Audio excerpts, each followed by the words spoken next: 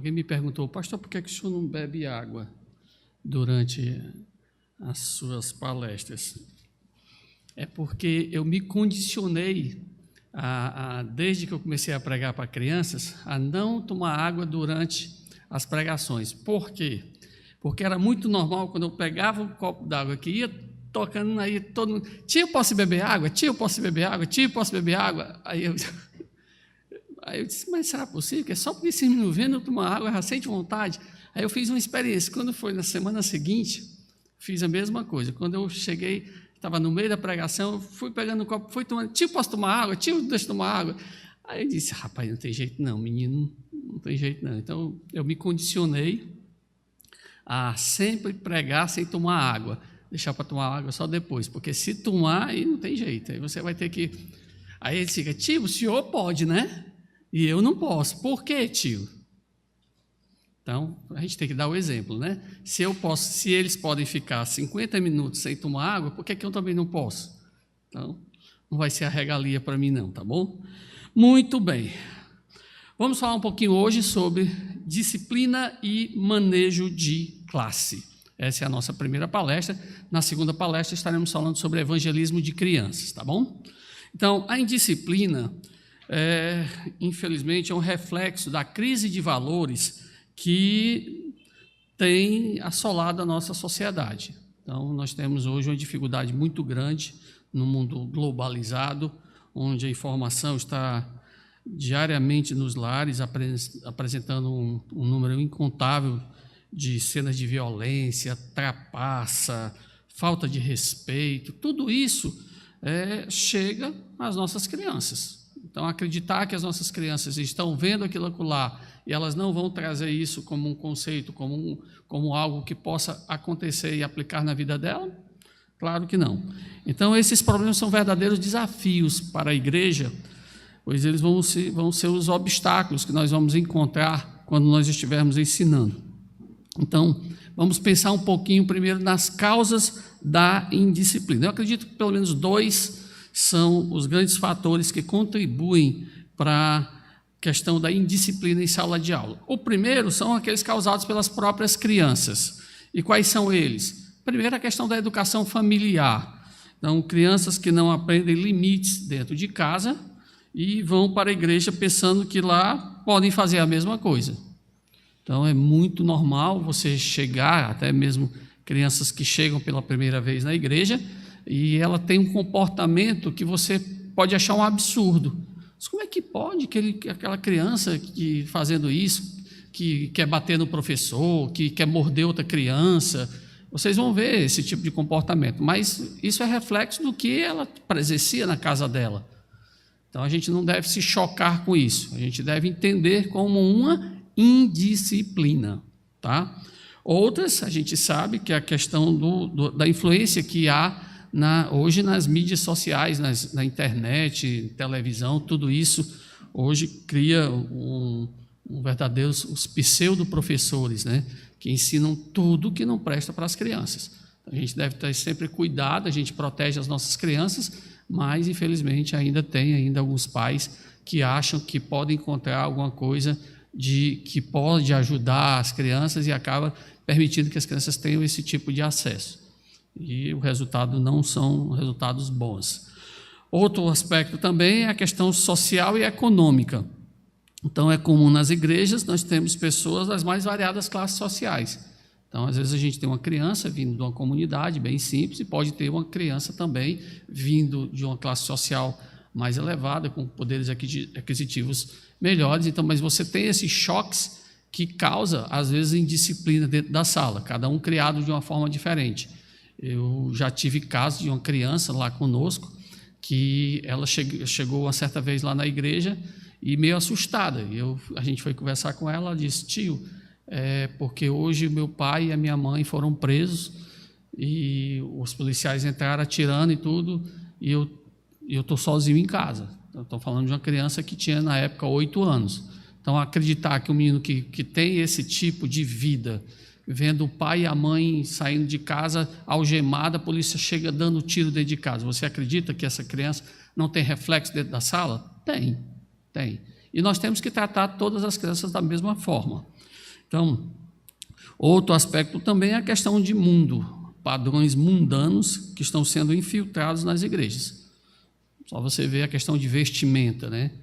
Então, as pessoas hoje, cada vez mais atrás de modismos e essas coisas, influenciam também na questão da disciplina. E a pessoa pode dizer assim, não, eu já vi pessoas que olham assim atravessado para mim, só quer bem dizer que a roupa que eu estou vestindo vai influenciar no meu comportamento. Quer fazer uma experiência? Bota uma roupa de praia, né? Fica dentro de casa, só com roupa de praia, tá? Um calção, então as mulheres, sei lá, um maiô e tal, uma roupa de praia. E veja como é que você se comporta durante aquele dia.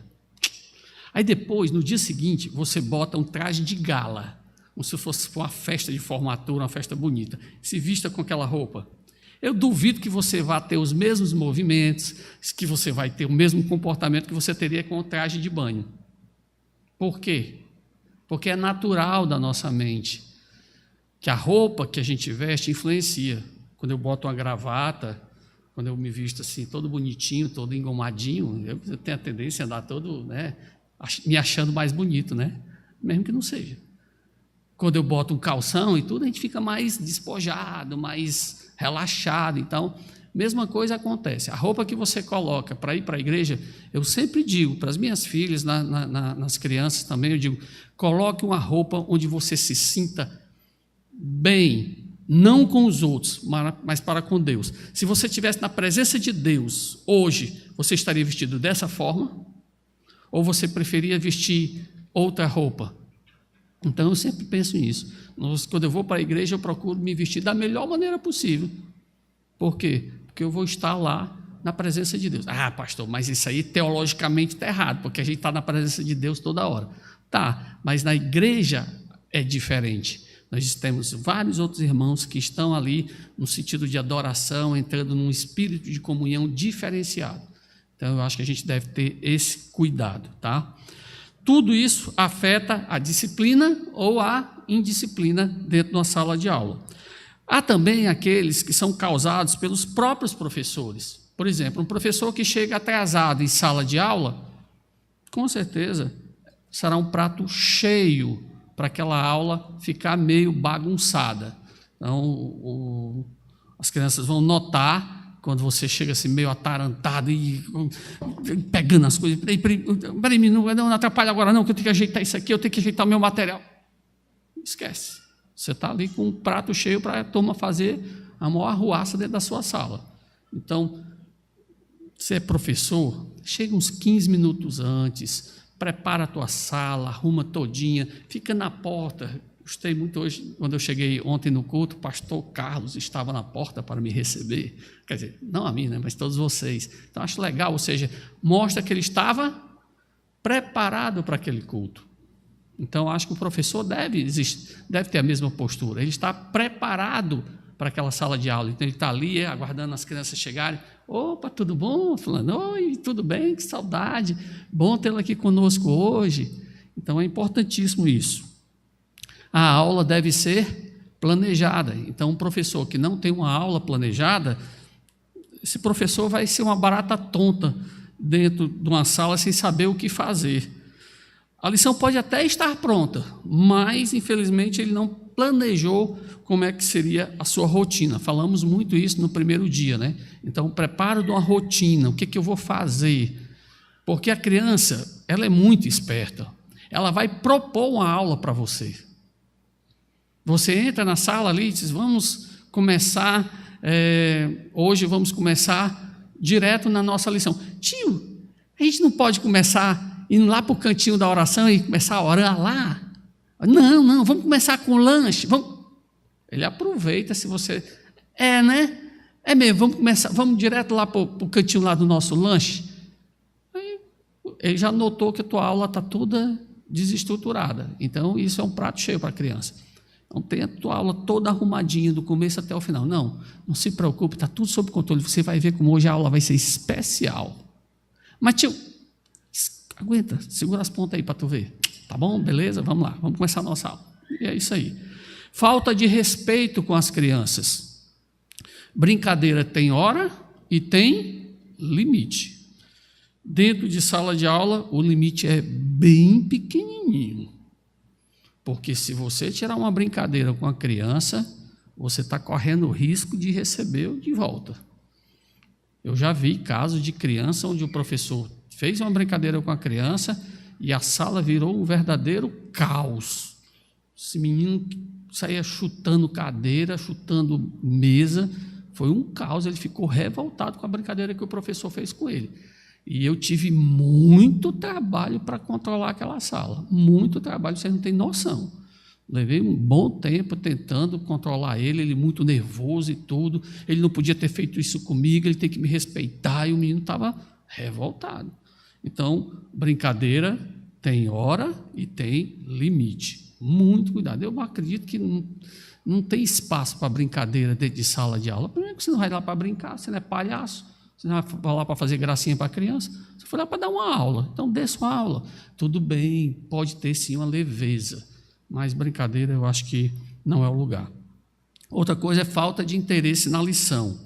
A falta de interesse na lição pode ser causada, às vezes, porque o professor preparou uma aula com o nível errado. Então, você prepara uma aula para juniores, que são crianças que vão acima de 9 anos, 9, 10, 11, 12 anos. Mas aí você preparou achando que seria as crianças de 4, 5 anos, ou seja, tem uma discrepância muito grande aí de idade. Então, uma aula que está totalmente feita da maneira errada, a criança vai olhar e dizer assim, tio, essa aula aí, tio, eu não sou mais criança para isso não. E vice-versa. A criançazinha que está lá de 5 anos, você preparou uma aula para crianças maiores. Ela vai olhar e diz, tio, estou entendendo é nada. Sei nada que tu está dizendo aí. Isso acontece, tá bom? Então, muito cuidado com isso. Algumas dicas para se evitar a indisciplina em sala. Primeiro, ore. Claro, né, pastor? Tem que orar, né? Mas não ore somente pela sua aula. Ore também por cada criança de forma individual. Ore por aquela criança que você sabe que tem mais dificuldade, que ela tem um comportamento que necessita de uma atenção especial. Ore pelos pais. Então, a oração é fundamental. Esteja sempre em atitude de oração desde quando começa a preparar essas aulas. Conheça individualmente cada criança. Eu falei isso no primeiro dia. Qual é o nome mais bonito que existe? Vadson. É o meu nome. Então, conheça individualmente cada criança. Chame a criança pelo nome. Essa história de chegar... Ei, menino, cala a boca aí, meninos. Menino, calem a boca, calem a boca. Tem um fazendo barulho lá e você está mandando todo mundo calar a boca. Você está criando algazarra dentro da turma. O pessoal aproveita e diz assim, espera aí, já que ele está falando comigo, eu vou falar também. Aí fica aquela bagunça. Então, não faça isso. Tá? Conheça individualmente cada criança. Tenha uma boa visão da turma. Então, o professor que dá aula sentado, para mim, já desqualifica ele. Entendeu? Esse negócio de professor que fica sentadinho por lá, de trás do birô, e as crianças lá que ele não consegue nem ver a turma, eu acho que não funciona. Então, ele tem que ter uma visão geral da turma, ele tem que, no outro item também, seja capaz de fazer mais de uma coisa ao mesmo tempo. Então, eu estou falando, mas eu estou verificando que você está escrevendo alguma coisa, eu estou verificando que você está com alguma coisa na mão, e isso aqui é uma visão que a gente tem que procurar ter uma visão espacial, para que a gente possa chegar próximo daquela criança e tomar alguma providência sem chamar a atenção das outras.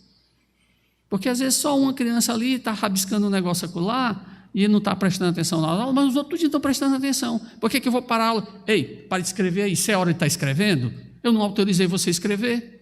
Para que isso? Para que isso? Desnecessário. Entendeu? Eu posso só simplesmente dizer, agora não, daqui a pouco. E continuo. Ela nem notou que eu falei com ela. Ninguém notou que eu estava falando com aquela criança ali. Então, seja capaz de fazer mais de uma coisa ao mesmo tempo. Aplique justa e consistente das regras. Pessoal, muito cuidado com a acepção.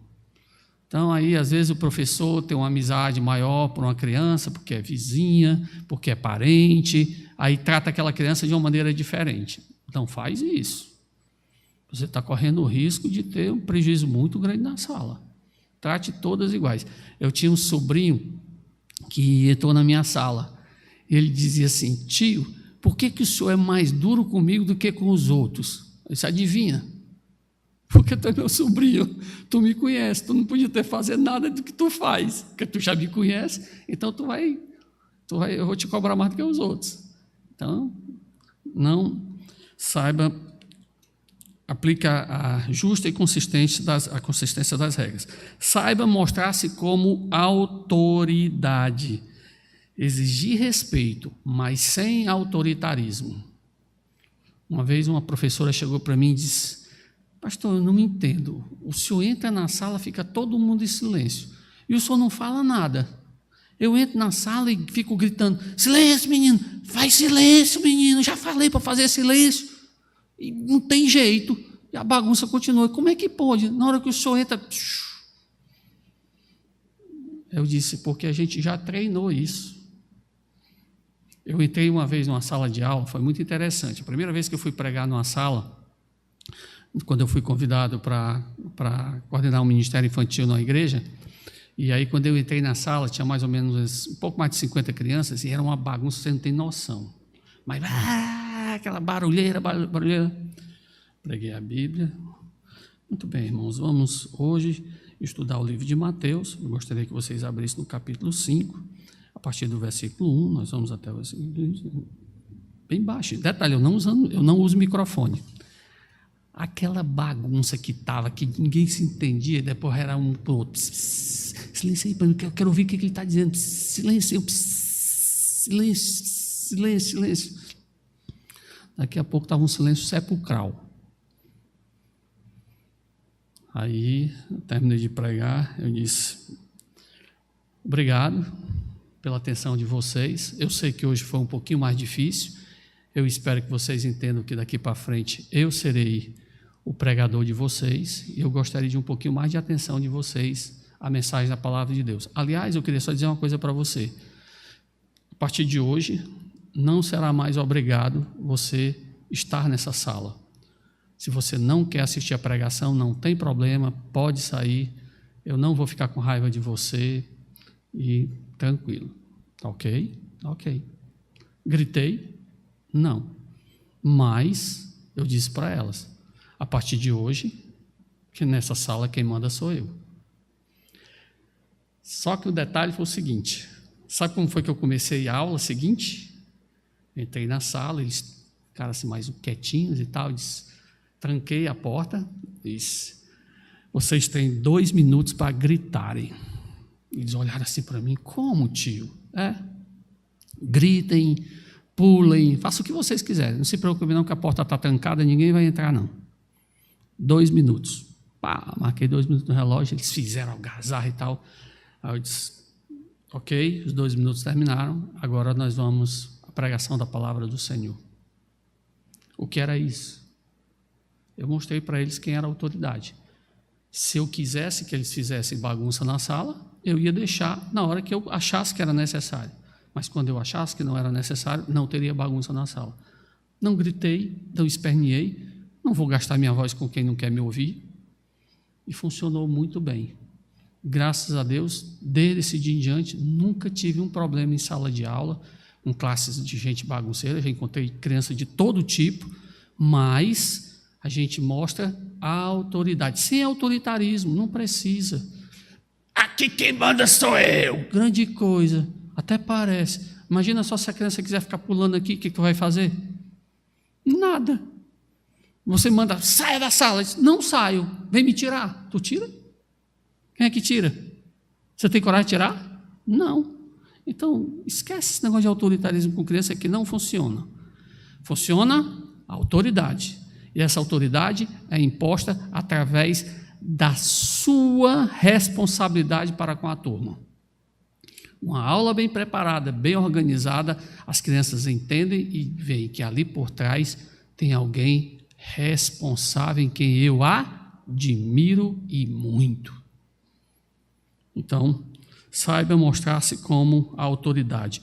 Cumpra o que foi prometido. Se tu fizer de novo, arranca teu pescoço. É tudo que a criança quer ouvir. Por quê? Qual a possibilidade de eu arrancar teu pescoço? Adivinha qual é? 0. Nenhuma. Então, essas frases, esses chavões que tem por aí, se tu fizer isso aí, tu vai ver o que eu vou fazer contigo. O que tu vai fazer comigo? Nada. Cuidado. Não prometa aquilo que você não vai cumprir, que é um erro. Porque você promete, e a criança adora a promessa não cumprida. É um prato cheio para indisciplina.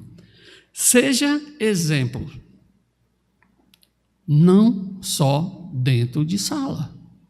Às vezes, o professor é um exemplo dentro de sala, é um gentleman. Você vê ele, o comportamento dele, a forma que ele se veste, a forma que isso. Mas coloca o pé para fora da igreja, o cara é bagunçado, esculhambado, não leva nada a sério. Você acha que a criança vai levar a sério? Um cara que nem ele mesmo se leva a sério. Não tem perigo, meu amigo. Então, pode se preparar, que a sala, eu não sei o que acontece, eu faço tudo direitinho, preparo minha sala, eu preparo minha aula, tudo organizado, e eu chego, as crianças não me levam a sério. Por quê? Porque você mesmo não se leva a sério. Pronto, o que os outros levem? Não dá, né? Planeja a aula respeitando o nível das idades do aluno, já falamos sobre isso. Agora, como agir com a criança indisciplinada? Primeiro, trate com ela individualmente. Nunca invente essa história de tratar em bloco. Mas rapaz, eu tenho uma sala com 15 crianças, 14 estão dando problema. Eu já passei por uma situação semelhante, me botaram dentro de uma sala, às vezes com um monte de criança um pouquinho complicada, e eu olhei assim, dei uma geral, tinha umas 20 crianças, das 20, tinham acho que 19 aprontando, tinha uma olhando. Acho que esperando a vez dela, né? Diz assim, tem 19, se eu fizer bagunça agora nem adianta. Aí eu fui de uma por uma. Como é teu nome? Tá. Faz silêncio, por favor, senta que eu tenho um negócio para falar contigo. Teu nome? Tá bom, senta aí só um pouquinho. Você entendeu o que eu falei? Muito bem. Aí de um por um. E você trata individualmente.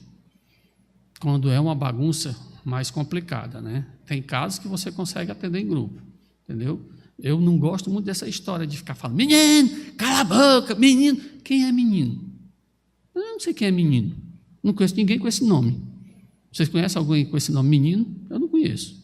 Então, esse negócio de falar generalizado, chega a lugar nenhum. Segundo, não exponha ao ridículo. Cuidado com isso. Esse negócio de aproveitar que você tem o recurso de ser o professor, a autoridade de sala, e expor uma criança ao ridículo, eu não gosto disso.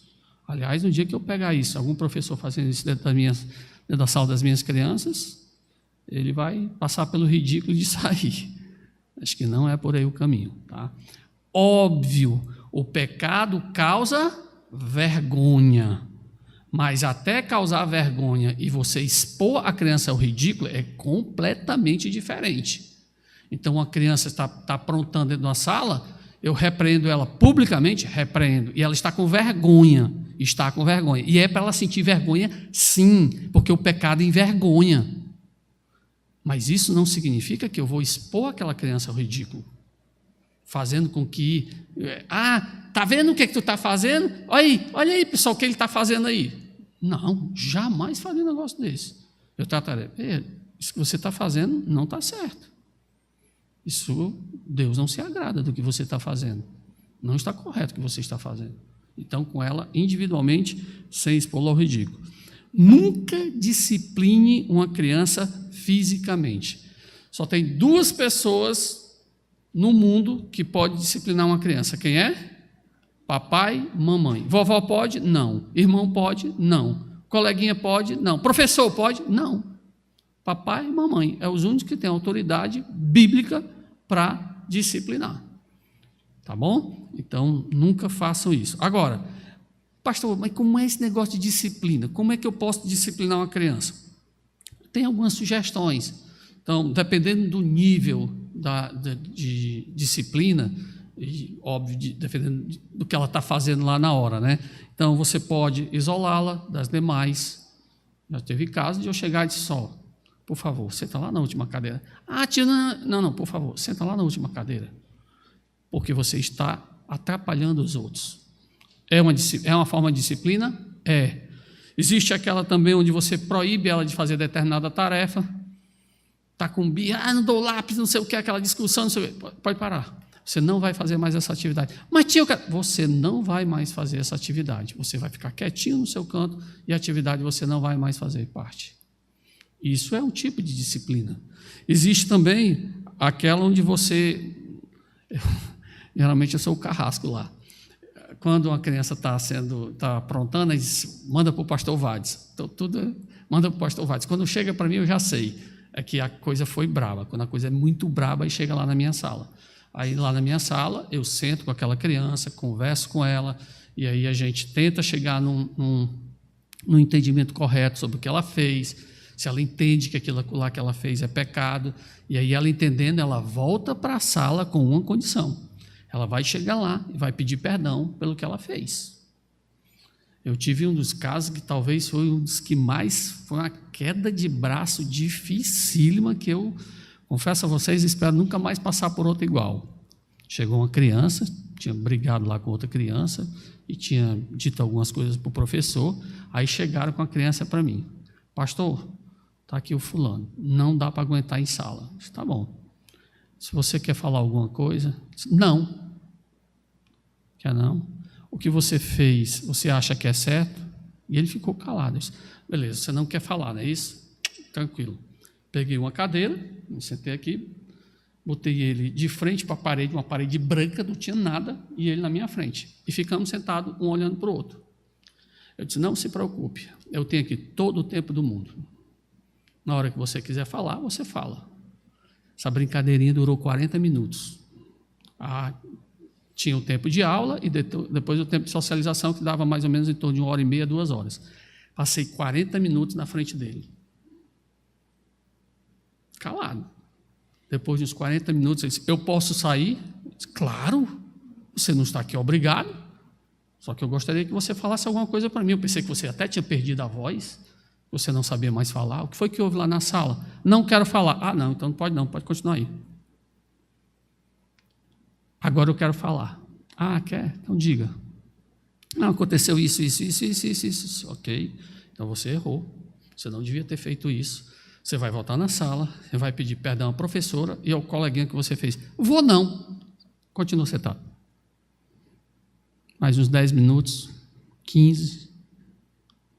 Quero ir na sala. Fazer o quê? Pedir perdão à professora e ao coleguinha. Tá, então vamos. O tio vai contigo. Fomos lá, pediu perdão à professora, pediu perdão ao coleguinha e voltou para a sala. Essa é um dos níveis complicados. E o último nível qual é? É entregar para o pai. Cada um que cuide do seu. Nós já tentamos, fizemos a nossa parte. Não deu, eu disse, pega que o filho é teu. Cada um que crie aquele filhinho que está lhe causando problema. Foi você que criou ele dessa forma. Infelizmente, a gente chegou no nível tal que a gente não consegue resolver o problema dele. Então, fica contigo agora o filho. Tá bom? Agora, é importante, mantenha sempre a calma. Não adianta nervosismo, arrancar os cabelos. Não, calma, relaxa. Ora, eu já teve casos de crianças, essa criança que eu falei que deu um problema violento mesmo, foi braba, ela saiu chutando cadeira e tal, não sei o quê. Eu pedi ela 2 minutinhos. Tu aguenta as pontas só. 1 minutinho aqui, por favor, só 1 minutinho. Fui lá no bebedouro da igreja, tomei água, respirei e voltei para a sala, porque a coisa estava braba. Então, calma, relaxa, toma uma águazinha, de voltar ao normal, porque às vezes a coisa parece que a coisa sai mesmo do controle. Peça para a criança descrever o ocorrido e explique o que será aceitável. Isso aqui tudo bem, isso aqui não, você não pode fazer isso. Mas tio, não. Tio, eu já faço isso lá em casa, não tem problema nenhum. Eu disse, só tem um detalhe, aqui não é a sua casa. Só esse detalhe que você está esquecendo. Na sua casa você faz o que o seu pai e sua mãe permite. Aqui você vai fazer o que eu permito. E eu não permito isso. Então, é importante que a criança entenda que tem limites e ela tem que respeitar esse limite. Apresente as consequências caso ela repita o ato. Entendeu? Então, às vezes, você quer disciplinar uma criança se ela fizer uma coisa, mas você nunca diz para ela. Isso acontece, às vezes, até em casa, né? Por exemplo, a minha filha quebrou um prato. Vai apanhar porque quebrou um prato. Eu nunca disse para ela que se ela quebrasse um prato, ela ia apanhar. É um erro. Então, eu chego e digo, filha, não mexa nisso aqui. Se você mexer nisso aqui, o papai te disciplina. Então, ela mexeu. Acho que foi o que o papai disse, que você não mexesse. Você mexeu, você vai ser disciplinado. Mesma coisa acontece em sala de aula. Agora é a hora de vocês fazerem determinada atividade. Aí alguém não faz, foi o que eu disse para você. Não, é porque... Não. Repita exatamente o que eu disse para você. Disse que era fazer atividade. O que você está fazendo? Tio, vai... Cadeirinha. Vem cá, sente nessa cadeirinha aqui. Fique bem quietinho aqui, pense um pouquinho na sua atitude. Tá? Então... é importante isso. Agora, elogie as suas melhoras com sinceridade. A criança está indo bem e tudo, você chega para ela, cara, parabéns, gostei do teu comportamento, show de bola, o tio está gostando. Vocês lembram que eu mostrei para vocês, no sábado, uma planilha lá que tinha o nome das crianças e a nota de presença, participação, tá, aquelas coluninhas? Ali, aquela criança pode ter tirado uma nota muito baixa naquela semana, mas na próxima semana ela pode ser que tire uma nota alta. Sabe o que vai acontecer com aquelas notas ali? No final do ano, a gente soma a pontuação daquelas notas que ela recebe e a gente dá um prêmio. Ela recebe um troféu, o primeiro colocado, um troféu, está lá, soma a pontuação dela o ano todinho, recebe um troféu, uma caixa de chocolate, às vezes junto um livro que a gente acompanha e tal, às vezes, dependendo da colocação, uma medalhazinha, a gente pontua os 10 primeiros colocados de cada turma. Então, a ideia é essa aí. Então, aquela organização que eu mostrei para vocês tem um porquê. A gente trabalha não só a ideia de conhecermos a criança no comportamento dela, mas também para nós podermos premiar essas crianças no final do ano.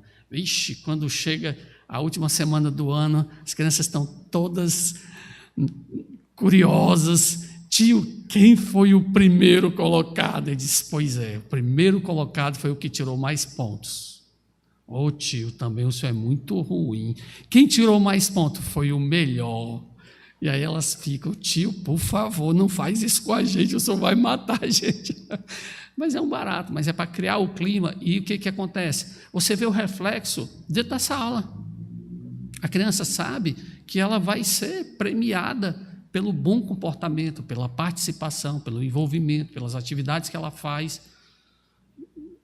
A gente precisa dar um valor a toda essa atividade.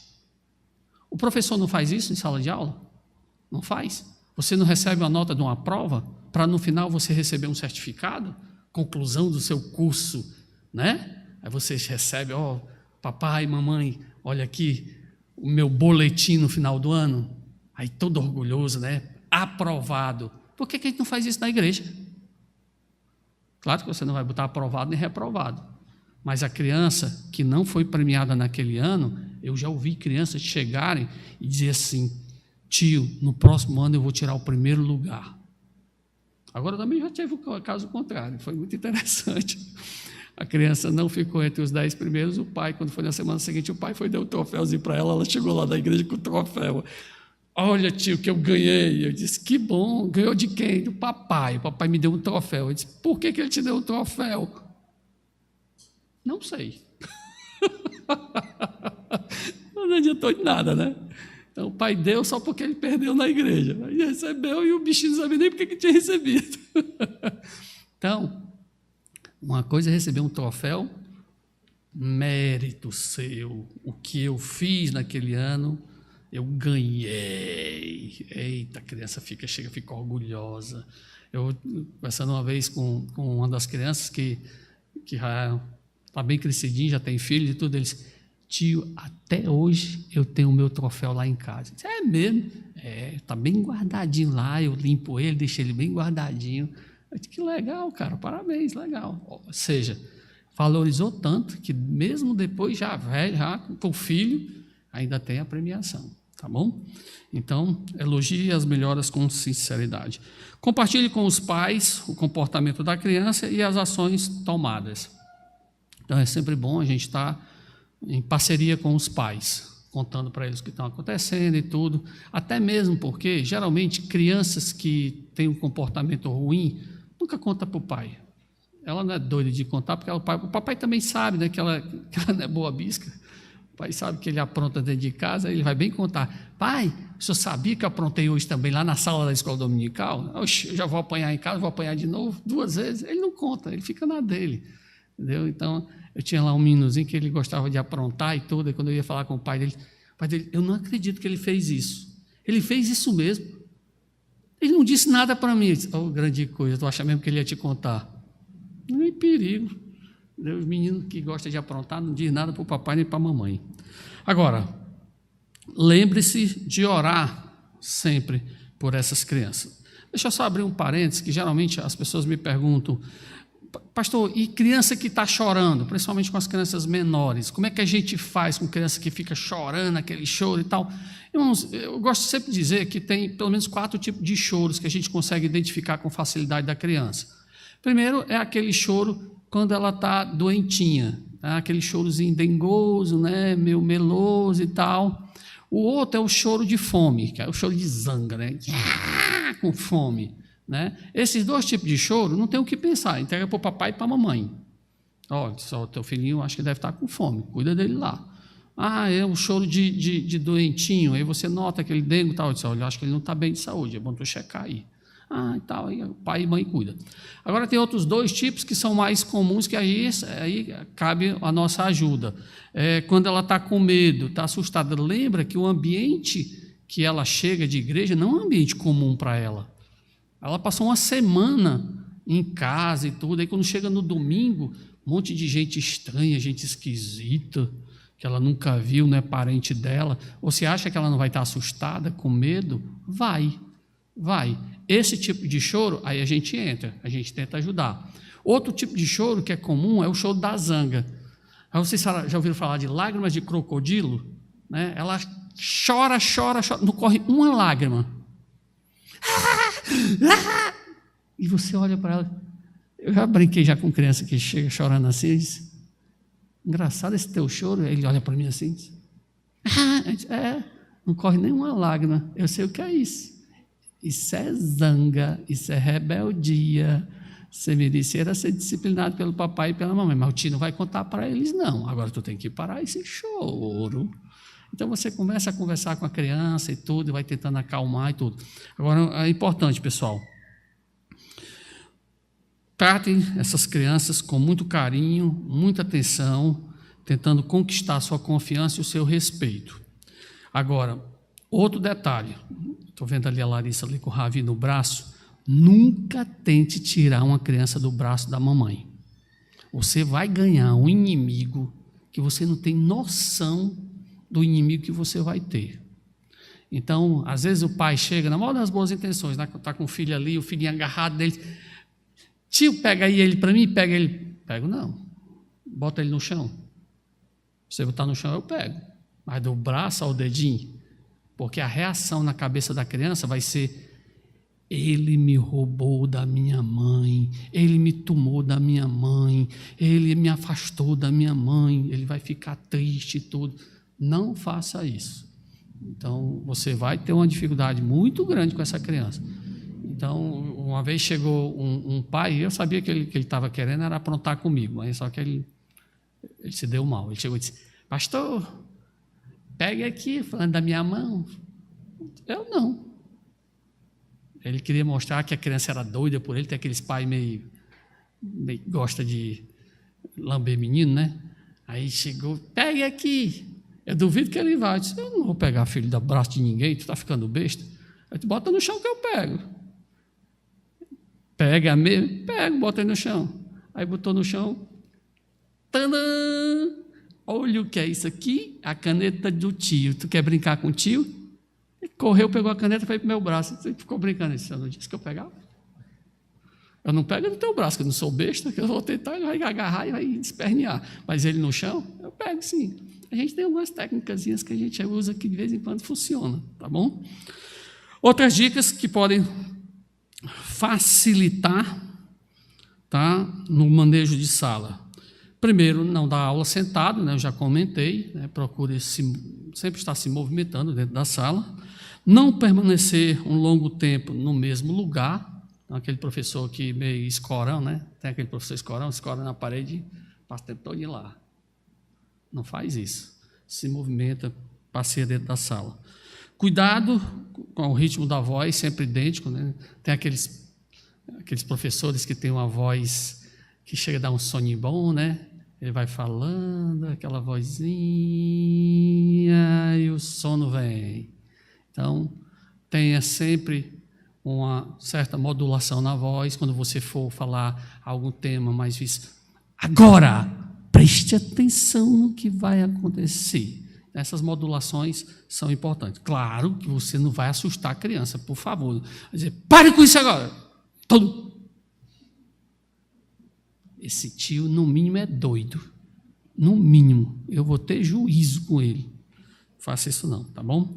Cuidado também com gírias, frases vulgares, ou o contrário, para não cair no outro extremo, frases profundas demais. Então, você vai falar alguma coisa para a criança, explica. Tem alguns textos das Escrituras que eu pareço mais um dicionário do que um pastor. Então, vamos abrir nossa Bíblia no texto tal. Tá, a palavra tal significa isso, a palavra tal significa isso, a palavra tal significa isso. Eu tenho que dar, às vezes, dependendo do texto, às vezes 10, 15 significados. Mas o importante é que a criança entenda, né? A gente não está ali para falar só por falar. Então, tenha sempre o cuidado de que a criança possa estar totalmente ciente daquilo que você está pregando. Sabe uma das coisas que eu tenho muito cuidado? Na nossa igreja a gente tem culto infantil, né? As músicas. Às vezes a gente bota um hino para cantar. Eu não sei se duvidar, pessoal, a turma da música aí, se duvidar, isso acontece até com adulto, tá? Às vezes a gente bota uma palavra, o pessoal acha que, não sei se vocês lembram de um hino que tinha, né? Que falia das vagas procelosas, né? Está falando ali de chuva, não sei o quê. Aí o irmãozinho depois chegou e disse, eu sei muito bem o que é isso, as minhas vacas já teve essa doença. Está falando de vaca, não está falando de doença de vaca, mas ele entendeu aquilo. Por quê? Entendeu? Então, a gente tem que ter muito cuidado, até mesmo com os adultos. Se a gente vai usar alguma palavra que não é comumente usada no nosso dicionário, que é uma palavra comum, então a gente deve compartilhar com a igreja. O hino que nós vamos cantar agora, o texto fala sobre isso e tal, não sei o que, a gente tem que ter esse cuidado, inclusive com as crianças. Ok? Eu quero encerrar com 2 passagens que mostram que Deus gosta de organização e disciplina. O primeiro texto encontra-se em 1 Crônicas, capítulo 6. 1 Crônicas, capítulo 6, verso 32.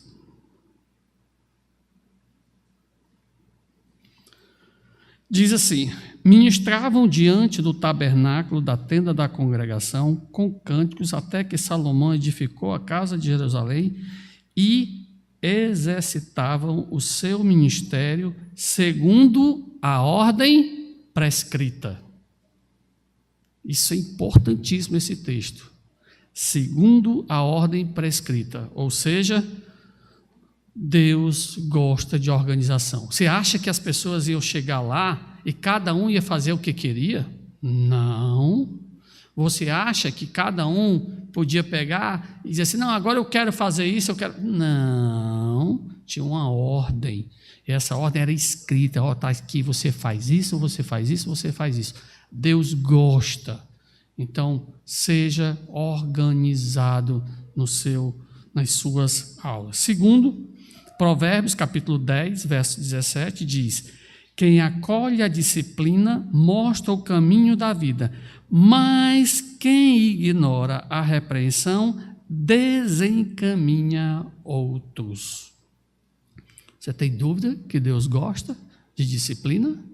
Que Deus quer disciplina?